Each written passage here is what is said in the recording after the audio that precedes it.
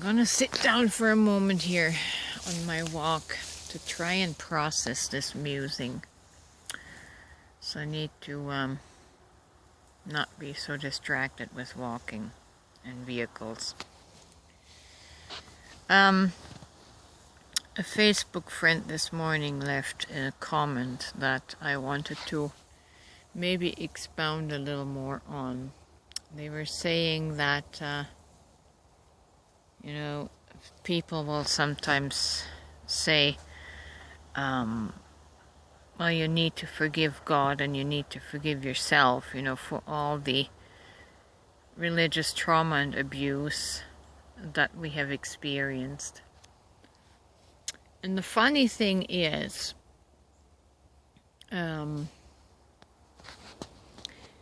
with my consciousness, I'm really in a singular consciousness, meaning my brain is no longer in the dissociation where it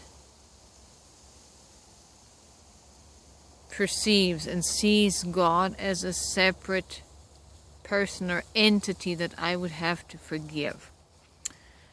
The way I see it is these things are the fabrications and creations of our dual mind that puts everything in categories, classifications, and definitions. And so it also does with the consciousness that is God. It projects it as someone else, someone other than the self, right? So in my consciousness, there is no God to forgive, because I am that consciousness. I am that one consciousness, that singular consciousness that we call God. But there are feelings in the self, in myself, in yourself. For instance, in the example of my friend, they said that perhaps they have the feeling of resentment and disappointment toward God, toward what we in our dual mind understood to be God. So, because our mind has created this character that we define as God, there might be this egregore, there might be this persona that we created a relationship with that we need to, process our feelings. The feelings that we have toward that persona, toward that egregore. We may need to process that. So in the case of my friend, with having potentially feelings of resentment, deep feelings of resentment that were never allowed to be expressed, to surface, because you're just not angry with God, right? That's the mental conditioning. Who dares be angry and resentful towards God? Again, it's just a mental illusion that the mind created. Even this relationship with God is a mental illusion.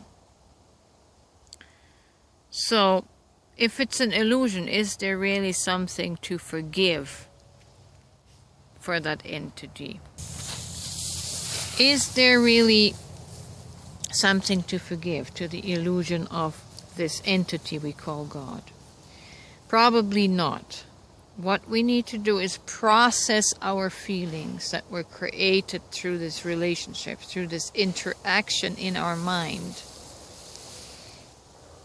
So if you have feelings of resentment toward quote-unquote God, you need to permit and allow yourself to let that rise to the surface and feel the full energy of that until that emotion and feeling runs out of fuel.